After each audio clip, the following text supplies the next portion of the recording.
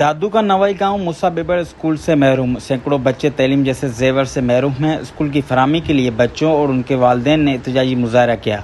मुजाहिरीन का कहना था कि सरकारी स्कूल कायम करने के लिए ज़मीन भी वक्फ कर दी ताकि सरकारी स्कूल की बिल्डिंग मंजूर हो सके। इस सिलसिले में महकमा तालीम के मुतल्लिका अफसरान को भी कई मरतबा दरख्वास्त दी है, मगर कोई अमल नहीं हुआ। सैकड़ों बच्चे तालीम जैसे जेवर से महरूम हो चुके हैं। बड़ी मेहरबानी में परवान न्यूज़ वालों का बेहद ही शुक्रगुजार हूँ। वो हमारे तक पहुँचे, हमारे गांव मोहम्मद मूसा के लिए तालीम के लिए आवाज़ बने। हमारा गांव मोहम्मद मूसा बब्बर 20 साल से कायम है।